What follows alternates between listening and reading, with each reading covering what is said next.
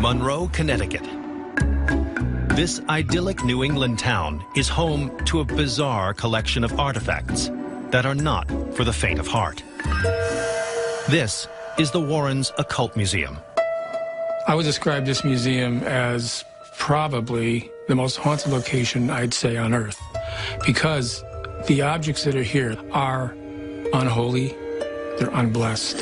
Since 1952, this unconventional museum has housed a sinister array of skulls, satanic idols, and other cursed objects.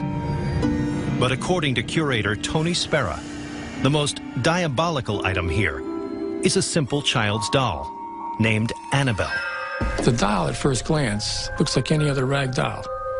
It's got the stringy hair, it's got the button eyes, and it's got striped feet. It's just a beautiful little doll to some little girl. But this doll is not the kind of doll you want to give to your daughter.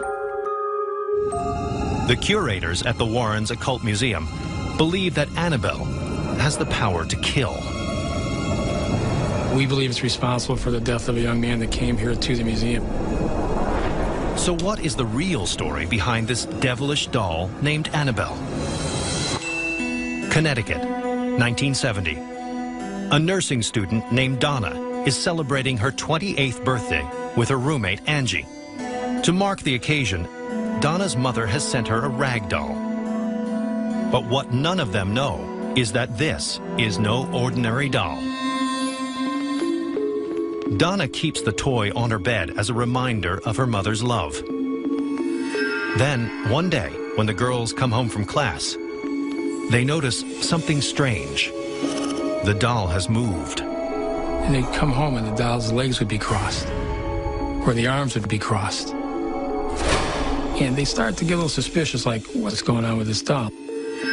And it seems that the doll's powers don't stop there. They'd find notes written on parchment paper in pencil, saying things like, help me, help us. Little notes that didn't make any sense. At first, the girls seek a rational explanation for the mysterious notes. The girls thought maybe someone's getting into the apartment. What they did is they would mark things to see if, when you walk in the door, you're going to move the rug a little bit. The nurses said, we'll know someone was in here. Well, nothing was moved, except the doll. That freaked them out. Fearing that there may be a malignant force at work in their apartment, the girls call in a medium and hold a seance. The psychic said, you have a spirit of a little girl named Annabelle. She was killed in this apartment. Then the medium reveals that the spirit of the dead girl has possessed the doll. She's in that doll. She's the one that's trying to communicate. Now they're concerned for Annabelle. And now they really started to treat Annabelle as a human. But not everyone is convinced. Donna's friend Lou refuses to believe the doll is possessed, a mistake he would come to regret. One afternoon, while Lou is taking a nap, he has a terrifying nightmare. Annabelle is crawling up his leg, coming at him. He said, and then she gets to the top near my neck and she starts to squeeze my neck like she's trying to strangle me. Lou wakes up, gasping for breath. And when he looked down and opened the shirt up, you could actually see claw marks. Now they knew. They were frightened. Desperate to be rid of the evil effigy, Donna and Angie contact Ed and Lorraine Warren, founders of the Warrens' Occult Museum. And the Warrens have some alarming news.